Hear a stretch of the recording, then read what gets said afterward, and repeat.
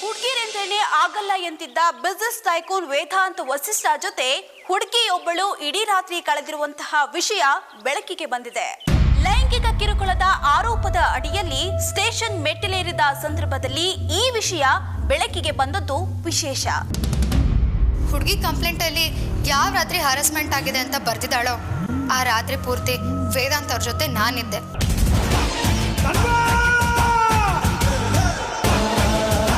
ಹುಡುಗಿ ಕಂಪ್ಲೇಂಟ್ ಅಲ್ಲಿ ಯಾವ ರಾತ್ರಿ ಹರಾಸ್ಮೆಂಟ್ ಆಗಿದೆ ಅಂತ ಬರ್ದಿದ್ದಾಳೋ ಆ ರಾತ್ರಿ ಪೂರ್ತಿ ವೇದಾಂತ್ ಅವ್ರ ಜೊತೆ ನಾನಿದ್ದೆ. ಬಟ್ ಆ ದಿನ ಸಂಜೆ 4 ಗಂಟೆಯಿಂದ ಮಾರನೇ ದಿನ ಬೆಳಿಗ್ಗೆ 8 ಗಂಟೆವರೆಗೂ ವೇದಾಂತ್ ನನ್ನ ಜೊತೆನೇ ಇದ್ರು. ಬಟ್ ಆ ದಿನ ಸಂಜೆ 4 ಗಂಟೆಯಿಂದ ಮಾರನೇ ದಿನ ಬೆಳಿಗ್ಗೆ 8 ಗಂಟೆವರೆಗೂ ವೇದಾಂತ್ ನನ್ನ ಜೊತೆನೇ ಇದ್ರು.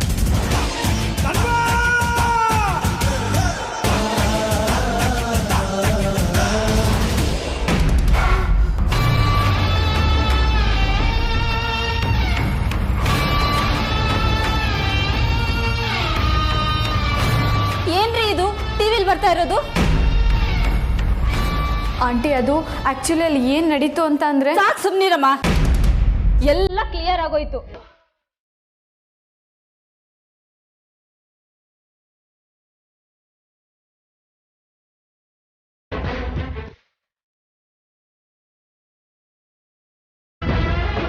ತಾರಣಿಯವರೇ ಒಂದು ನಿಮಿಷ ಮಾತಾಡ್ಬೇಡಿ. ಮಗಳು ಮಾಡಿರೋ ಕರ್ಮ ಕಂಡ ಟಿವಿಲೂ ಬಂದಾಯ್ತು. ಇನ್ನೇನ್ರಿ ಮಾತಾಡ್ತೀರಾ? ಅಮೂಲ್ಯ, ಈಗ ಜೋರಾಗಿ ಮಾತಾಡಿ ನಾಟಕ ಆಡಬೇಡಿ. ಮಗಳು ಮಾಡಿರೋ ಗನಂದಾರಿ ಕೆಲಸ ನಿಮ್ಗೂ ಗೊತ್ತಿರುತ್ತೆ ಅಂತ ನಾನು ಊಹಿಸಬಲ್ಲೆ. ಸರಿಯಾದ ಸಮಯಕ್ಕೆ ವಿಷಯ ಗೊತ್ತಾಯ್ತು, ಇಲ್ಲ ಅಂದ್ರೆ ನಾವು ಮೋಸ ಹೋಗ್ಬಿಡ್ತಿದ್ವಿ.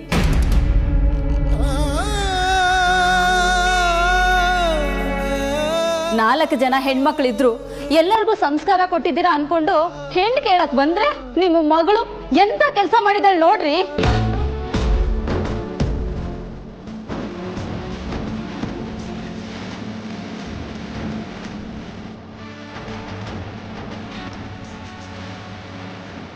ದುಡ್ಡಿಲ್ಲ ಪರವಾಗಿಲ್ಲ, ಆಸ್ತಿ ಅಂತಸ್ತು ಇಲ್ಲ ಪರವಾಗಿಲ್ಲ, ಆದ್ರೆ ಊಳೊಳಗೆ ಮರ್ಯಾದೆನೂ ಇಲ್ವಲ್ರಿ.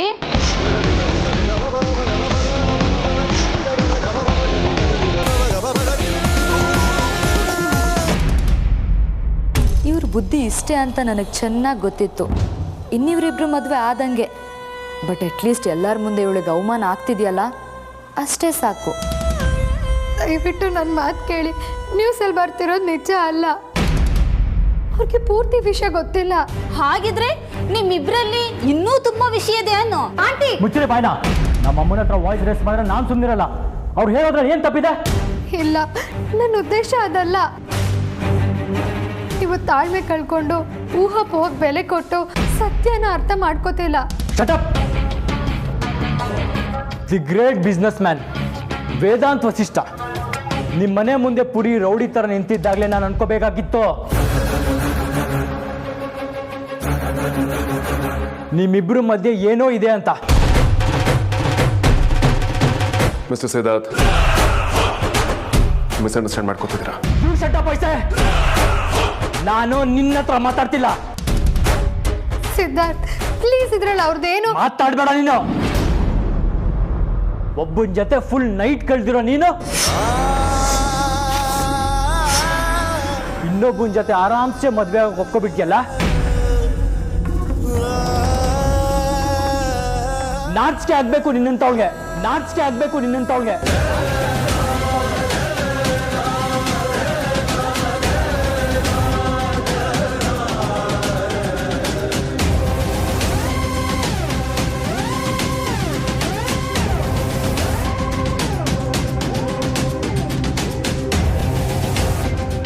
ಅಬ್ಬಾ, ಇನ್ನೇನ್ ನೋಡ್ತಾ ಇದ್ದೀರಾ? ನಡೀರಿ. ಇದೇನು ಇಷ್ಟು ಬೇಗ ಹೊಟ್ಬಿಟ್ರಿ? ಹುಡುಗಿ ನೋಡೋ ಶಾಸ್ತ್ರ ಆಗೋಯ್ತಾ? ಬೆಂಕಿ ಬಿತ್ತು ಹುಡುಗಿಗೆ. ನಡೀರಿ.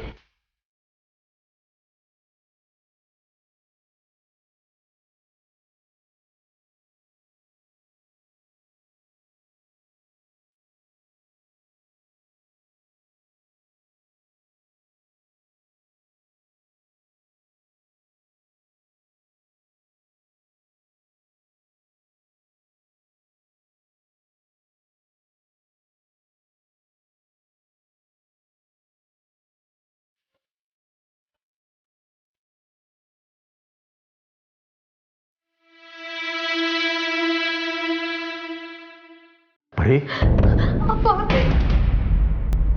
ನಿಮ್ಗೆ ಯಾರಿಗೂ ಟೆನ್ಷನ್ ಆಗಬಾರ್ದು ಅಂತ ಮುಚ್ಚಿಟ್ಟಿದ್ನಪ್ಪ.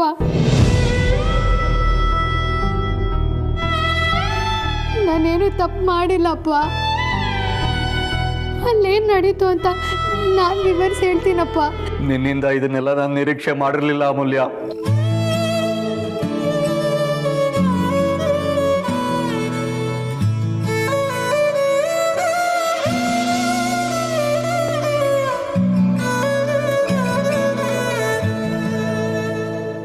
ಅಪ್ಪ ಅಳ್ಬೇಡಿಪ್ಪ. ನಿಮ್ಮ ತಲೆ ತಗ್ಸೋ ಕೆಲಸ ನಾನು ಮಾಡಿಲ್ಲಪ್ಪ.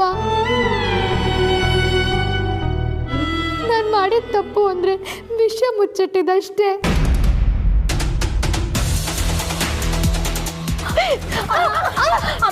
ಅಮ್ಮ ಪ್ಲೀಸ್ ಕೋಪ ಮಾಡ್ಕೋಬೇಡ ಅಮ್ಮ.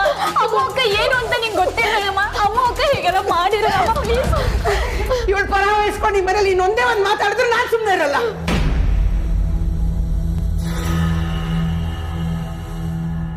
ಇಂಥ ದಿನ ನೋಡೋಕ್ಕೆ ರಕ್ತ ಬಸ್ತು ಬಿಸಿಲು ಬೆಂಕಿ ಅಂತ ನೋಡದೆ ಹೊಟ್ಟೆ ಬಟ್ಟೆ ಕಟ್ಟಿ ನಿಮ್ಗಳನ್ನ ಬೆಳೆಸಿಲ್ಲ ಕಣೆ.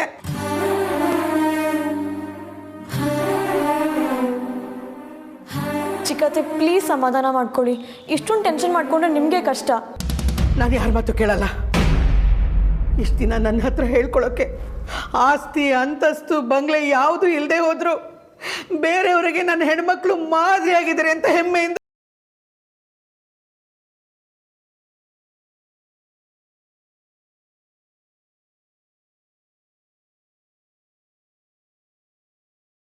ನನ್ನ ಮಕ್ಕಳಿಗೆ ಯಾರು ಬೆಟ್ ಮಾಡಿ ತೋರಿಸಲ್ಲ, ಅವ್ರು ಯಾವ ತಪ್ಪು ಮಾಡಲ್ಲ ಅಂತ ಗಟ್ಟಿಯಾಗಿ ನಂಬಿಕೆ ಇಟ್ಕೊಂಡಿದ್ದೆ. ಯಾರಾದರೂ ಅಡಾಪಡ ಮಾತಾಡಿದ್ರೆ ನನ್ನ ಮಕ್ಕಳ ಬಗ್ಗೆ ಹಗುರವಾಗಿ ಮಾತಾಡಬೇಡಿ ಅಂತ ಬಾಯಿ ಮುಚ್ಕೊಂಡಿರಿ ಅಂತ ಹೇಳ್ತಿದ್ದೆ.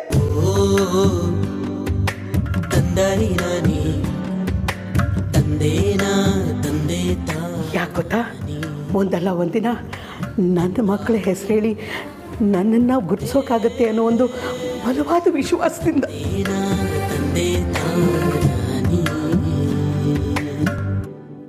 ಆದರೆ ಇವತ್ತೇನಾಯ್ತೆ, ನನ್ನ ಮನೆಯಲ್ಲಿ ನಾನೇ ಮುಖ ಎತ್ಕೊಂಡು ಓಡಾಡ್ತಿರೋ ಹಾಗಾಗೋಯ್ತು. ನನ್ನ ಮನೆ ನೆಲನೇ ಕುಸಿದು ನನ್ನ ಪಾತಾಳಕ್ಕೆ ಬಿದ್ದೆ ಅನ್ನೋ ಥರ ಆಗೋಗಿದೆ.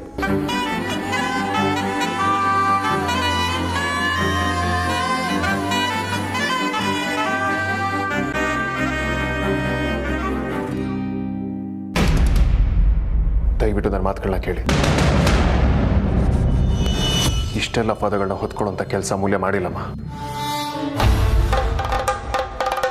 ಇದಕ್ಕೆ ಖಂಡಿತವಾಗ್ಲೂ ಅವಳು ಕಾರಣ ಅಲ್ಲ,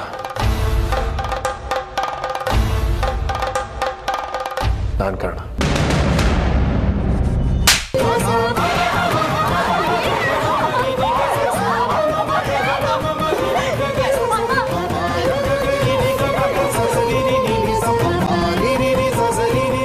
ಜೀವಂತ ಅವಮಾನಕ್ಕಿಂತ ಗೌರವವಾಗಿ ಸಾಯೋದು 1000 ಪಾಲು ಲೇಸು ಕಡೆ. ಅವಮಾನ ಅನ್ನೋದು ವಿಷ ಇದ್ದ ಹಾಗೆ. ಮರ್ಯಾದೆಯಾಗಿ ಬದುಕ್ತಾ ಇರುವಂತ ಮನುಷ್ಯನ್ಗೆ ಅದಕ್ಕಿಂತ ಆಳವಾದ ನೋವು ಬೇರೆ ಯಾವುದೂ ಇಲ್ಲ. ಮಿಡಲ್ ಕ್ಲಾಸ್ ಜನ ಕಣೆ ನಾವು. ಯಾವತ್ತಿದ್ರೂ ಬೇರೆಯವ್ರಿಗೋಸ್ಕರ ಬದುಕಬೇಕು, ನಮಗೋಸ್ಕರ ಅಲ್ಲ. ನಮ್ಮಂಥವ್ರ ಮನೇಲಿ ಒಂದು ಸಣ್ಣ ಸಂತೋಷ ಕಂಡ್ರು ಅದ್ರ ಹಿಂದೆ ಒಂದು ದೊಡ್ಡ ತ್ಯಾಗನೇ ಇರುತ್ತೆ ಅಂತ ನಿನಗೆ ಗೊತ್ತಿಲ್ವೇನೆ?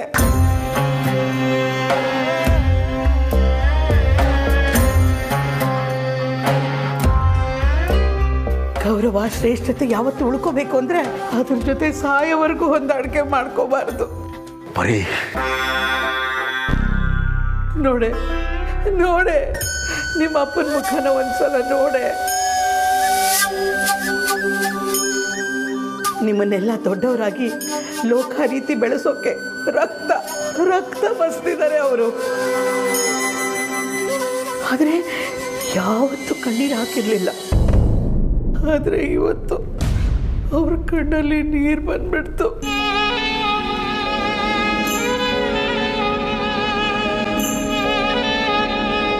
ಚಿಕ್ಕಮ್ಮ, ಒಂದು ನಿಮಿಷ ಚಿಕ್ಕಮ್ಮ. ಸುಮ್ಮನಿರು ಸಾರ್ಥಕ್. ಅಮ್ಮ ಒಂದ್ ನಿಮಿಷ. ಮುಚ್ಚೆ ಬಾಯಿ. ನಿಮ್ 4 ಜನರ ಒಗ್ಗಟ್ಟನ್ನ ಒಳ್ಳೆ ವಿಷಯಕ್ಕೆ ಇಟ್ಕೊಳ್ಳಿ. ಮನೆ ಮರ್ಯಾದೆ ಕಳೆದವ್ರ ಪರ ವಹಿಸ್ಕೊಂಡು ಮಾತಾಡಿದ್ರೆ ನಿನ್ನ ಸಿಗದು ಬಿಡ್ತೀನಿ.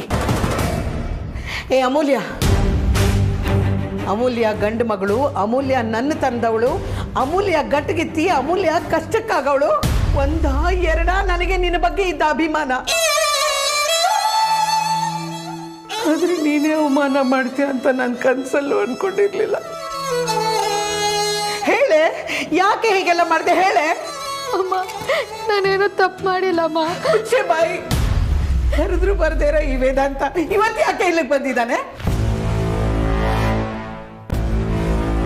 ನೀನೇ ನಿನ್ನ ಪರವಾಗಿ ವಕಾಲತ್ ವಹಿಸೋಕೆ ಕರೆಸಿದ್ಯಾ? ನಿಮ್ಮಕ್ಕ ಅವ್ರ ಮನೆಗೆ ಸೊಸೆಯಾಗಿ ಹೋಗ್ಬೇಕು. ಆಗಿರುವಾಗ ಎಂಥ ಕೆಲಸ ಮಾಡಿದ್ಯೆ?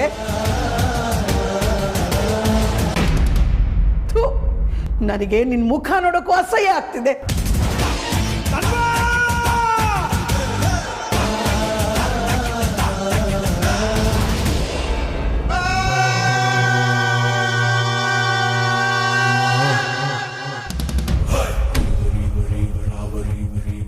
ಏನಮ್ಮ? 1 ನಿಮಿಷ ಬಾ ಇಲ್ಲಿ. ಬಾಂದೆ.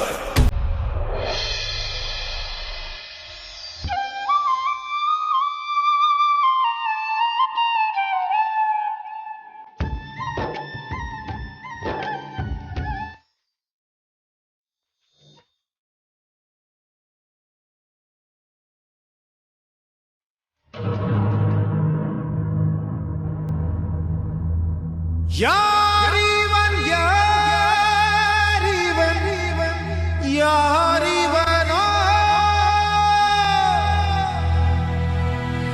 ಯಾರಿವನ್ ಯಾರಿವನ್ ಯಾರಿವನೋ.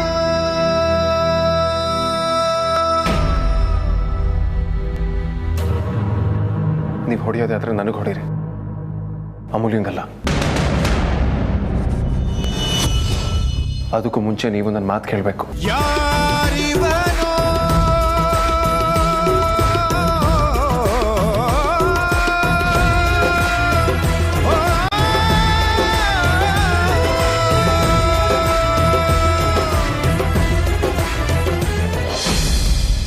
ಅಮ್ಮ ಬಾಯಿಲಿ, ಬಾಯಿ ಮುಚ್ಚು, ಮಾತಾಡ್ಬೇಡ. ಏನಮ್ಮ ಅಲ್ಲೇನು ನಡೀತಾ ಇದ್ರೆ ನೀನು ಯಾಕಮ್ಮ ಹೇಳ್ಕೊಂಬರ್ತಾ ಇದೀಯಾ?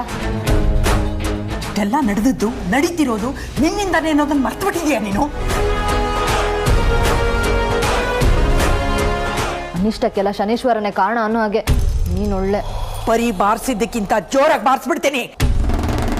ನಿನ್ನ ಮೇಲೆ ನೀನು ಆಣೆ ಮಾಡಿದೀಯಾ ಅನ್ನೋ ಒಂದೇ ಒಂದು ಕಾರಣಕ್ಕೆ ಅಲ್ಲಿ ಅಷ್ಟೆಲ್ಲ ನಡೀತಾ ಇದ್ರು ನಾನು ಬಾಯಿ ಮುಚ್ಕೊಂಡು ಸುಮ್ಮನಿದ್ದೀನಿ. ಹಾಗಿದ್ರೆ ಈಗಲೂ ಸುಮ್ಮನೆ ಇದ್ಬಿಡು. ನೀನು ಇದೇ ಥರ ಮಾತಾಡ್ತಿದ್ರೆ ನೀನು ನನ್ನ ಮಗಳು ಅಂತಾನು ನೋಡಲ್ಲ ಸಾರಿಕಾ. ಮೋಸದಿಂದ ವಿಕ್ಕಿ ಆರ್ತಿ ನಿಶ್ಚಿತಾರ್ಥನ ನಿಲ್ಲಿಸ್ಬೇಕು ಅಂತ ವೇದಾಂತನ ಜೈಲಿಗೆ ಕಳಿಸ್ಲಿಲ್ಲ ಅಂದ್ರೆ ಇಷ್ಟೆಲ್ಲ ಆಗ್ತಿತ್ತೇನೆ. ಮತ್ತೆ ಮತ್ತೆ ಅದನ್ನೇ ಯಾಕಮ್ಮ ಮಾತಾಡ್ತಿದ್ಯಾ? ತಪ್ಪಾಗಿದೆ, ಇನ್ಮೇಲೆ ಹೀಗಾಗಲ್ಲ ಅಂತ ಸಾರಿನೂ ಕೇಳಿದ್ದೀನಿ. ನೀ ನನ್ನ ಹತ್ರ ಸಾರಿ ಕೇಳಿದ್ರೆ ಏನೇ ಬಂತು? ಹೋಗಿ ನಿಮ್ ಚಿಕ್ಕಮ್ಮನ ಕಾಲಿಗೆ ಬಿದ್ದು ಕ್ಷಮೆ ಕೇಳು. ವೇದಾಂತ ಹತ್ರನೂ ಹೋಗಿ ನಿನ್ನ ಈ ಪರಿಸ್ಥಿತಿಗೆ ನಾನೇ ಕಾರಣ ಅಂತ ಸಾರಿ ಕೇಳು. ವಾಟ್? ನಾನಾ? ಮತ್ತೆ ನಾನಾ ಅಂದ್ರೆ ಬೀಳುತ್ತೆ. ಈಗ ತಪ್ಪು ಮಾಡಿದವಳು ನೀನೇ ಅಂದ್ಮೇಲೆ ಅದನ್ನ ಸರಿ ಮಾಡ್ಬೇಕಾದವಳು ನೀನೇ ಕಣೆ. ಇಲ್ಲ ಅಂದ್ರೆ ನಾನಾಗಿರಲ್ಲ ಸಾರಿಕಾ.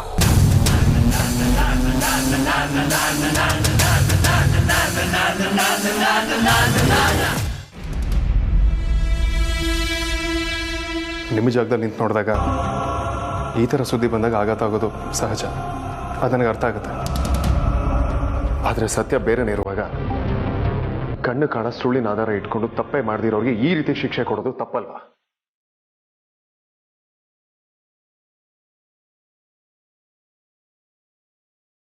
ನೋಡಪ್ಪ, ನಿನ್ನ ಸ್ಥಾನ, ನಿನ್ನ ಹತ್ರ ಇರೋ ದುಡ್ಡು, ನಿನಗಿರೋ ಇನ್ಫ್ಲೂಯೆನ್ಸು ಇಂಥ ತಪ್ಪುಗಳನ್ನು ಅಥವಾ ಇಂಥ ವಿವಾದಗಳನ್ನು ಸುಲಭವಾಗಿ ಮುಚ್ಚಾಕ್ಬಿಡುತ್ತೆ.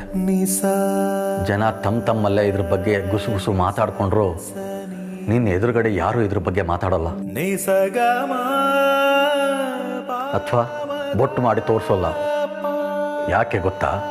ನಿನ್ನ ಹತ್ರ ದುಡ್ಡಿದೆ, ನೀನು ಶ್ರೀಮಂತ ಅನ್ನೋ ಒಂದೇ ಒಂದು ಕಾರಣಕ್ಕೆ. ಆದರೆ ನಾವು ಬಡವರು, ಯಾವಾಗಲೂ ಇನ್ನೊಬ್ರು ಹಂಗಲ್ಲೋ ಅಥವಾ ಸಹಾಯದ ನಿರೀಕ್ಷೆ ಇಲ್ಲ ಬದುಕಬೇಕು. ನಮ್ಮಿಂದ ಯಾರಿಗೂ ಯಾವಾಗಲೂ ಯಾವ ಪ್ರಯೋಜನವೂ ಇಲ್ಲ. ನಾವು ನಮ್ಮ ಮನೆಯಿಂದ ಒಂದೇ ಒಂದು ಹೆಜ್ಜೆ ಹೊರಗಿಟ್ಟರು ಸಾವಿರಾರು ಕಣ್ಣುಗಳು ನಮ್ಮನ್ನು ಹಿಂಬಾಲಿಸ್ತಾ ಇರ್ತವೆ. ಕೋಟಿ ಮಾತುಗಳು ನಮ್ಮ ಕಿವಿ ಕೇಳಿಸೋ ಥರ ಹೊರಗೆ ಬರ್ತವೆ. ಅದು ನಿನಗೆ ಅರ್ಥ ಆಗೋದಕ್ಕೆ ಸಾಧ್ಯನೇ ಇಲ್ಲಪ್ಪ. ನಿಜ, ಮಾನ ಮರ್ಯಾದೆಗೆ ಇಷ್ಟು ಬೆಲೆ ಕೊಡೋ ನಿಮಗೆ ಸತ್ಯದ ಮೇಲೂ ಅಷ್ಟೇ ಗೌರವ ಇರುತ್ತಲ್ವಾ? ಇವತ್ತು ಅಮೂಲ್ಯ ನೋಡೋದಕ್ಕೆ ಗಂಡು ಕಡೆಯವ್ರು ಬಂದಿದ್ರು. ಅವ್ರ ಮುಂದೆ ಟಿವಿಲಿ ವಿಷಯ ಬಂತು. ನೀವುಗಳು ನಿಮ್ಮ ತಾಳ್ಮೆ ಕಳ್ಕೊಂಡ್ರಿ, ಕೋಪ ಮಾಡ್ಕೊಂಡ್ರಿ, ಬೇಜಾರು ಮಾಡ್ಕೊಂಡ್ರಿ. ವಾತಾವರಣ ಪರಿಸ್ಥಿತಿ ಹಾಗಿದ್ದರಿಂದ ನೀವು ಈ ರೀತಿ ನಡ್ಕೊಂಡ್ರಿ. ಸರಿನೇ, ಆದರೆ ಸಹಜವಾದ ದಿನ ನೀವೆಲ್ಲ ಖುಷಿಯಿಂದಿರುವಾಗ ಯಾರೊಬ್ಬ ಹುಡುಗ ಅಮೂಲ್ಯ ತನ್ನ ಜೊತೆ ಅಸಭ್ಯವಾಗಿ ನಡ್ಕೊಂಡ್ಲು ಅಂತ ಹೇಳಿದ್ರೆ ಆಗ್ಲೂ ನೀವು ಅದನ್ನೇ ಇದೇ ರೀತಿ ಟ್ರೀಟ್ ಮಾಡ್ತಿದ್ರ?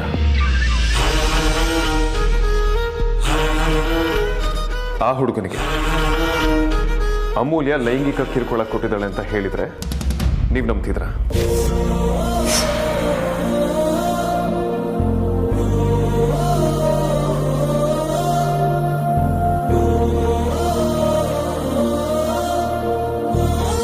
ಏನಪ್ಪ ಏನೇನೋ ಮಾತಾಡ್ತಿದ್ಯಲ್ಲ? ನಾನು ಖಂಡಿತವಾಗ್ಲೂ ಸರಿಯಾಗಿ ಮಾತಾಡ್ತಿದ್ದೀನಿ. ನನಗೆ ಯಾಕೆ ಇದನ್ನೆಲ್ಲ ಹೇಳ್ತಿದ್ದೀನಿ ಅಂದರೆ ನನ್ನ ಮೇಲೆ ಇಂಥದ್ದೇ ಒಂದು ಸುಳ್ಳು ಆರೋಪ ಬಂದಿತ್ತು.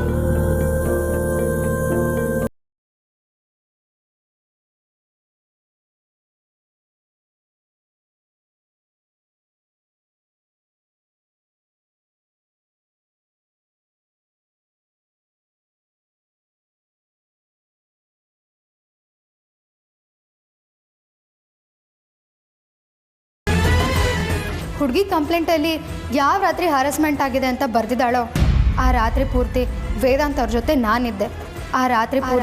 ವೇದಾಂತ್ ಅವ್ರ ಜೊತೆ ನಾನಿದ್ದೆ.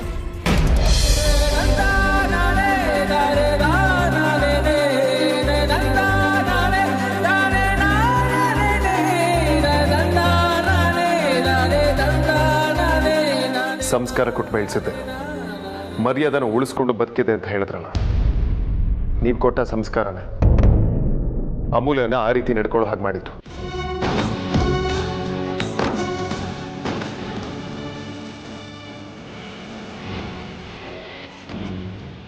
ನಾನು ತಪ್ಪು ಮಾಡಿಲ್ಲ ಅಂತ ಅವಳು ಗೊತ್ತಿತ್ತು. ನನ್ನ ಜೊತೆ ಅನ್ಯಾಯ ಆಗ್ತಿದೆ ಅಂತ ಅವಳಿಗೆ ಅರ್ಥ ಆಗಿತ್ತು.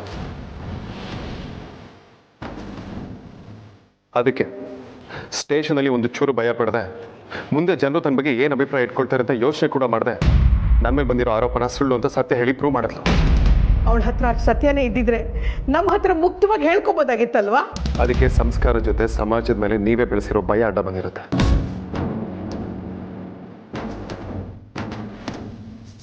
ಕಹಿಯಾದ ಸತ್ಯನ ಹೇಳಬಾರ್ದು ಅಂತಾರಲ್ವಾ, ಅದಕ್ಕೆ ಅವಳು ನಡೆದಿರೋ ಸತ್ಯನ ಹೇಳಿದ್ರೆ ಮುಂದೆ ಆರ್ತಿ ಮದುವೆಗೆ ತೊಂದರೆ ಆಗುತ್ತೆ ಅಂತ ಇರೋ ಸತ್ಯನ ಮನಸ್ಸಲ್ಲಿ ಇಟ್ಕೊಂಡ್ರು.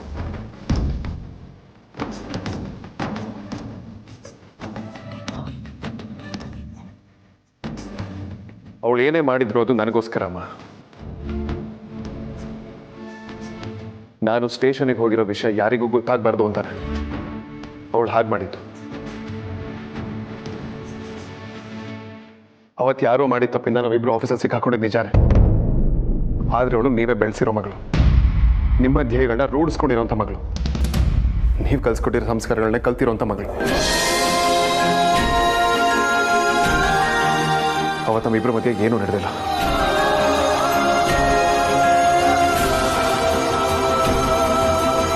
ನನಗೆ ನೀವು ಹೇಳಿದಾಗ ಈ ಸೊಸೈಟಿ ಮೇಲೆ ಭಯ ಇದ್ದೇ ಇರ್ಬೋದು, ಆದರೆ ಸಂಸ್ಕಾರ ಅನ್ನೋದು ನನಗೂ ಇದೆ. ನನ್ನದೇ ಆದ ಪ್ರಿನ್ಸಿಪಲ್ಸ್ಗಳಿದೆ.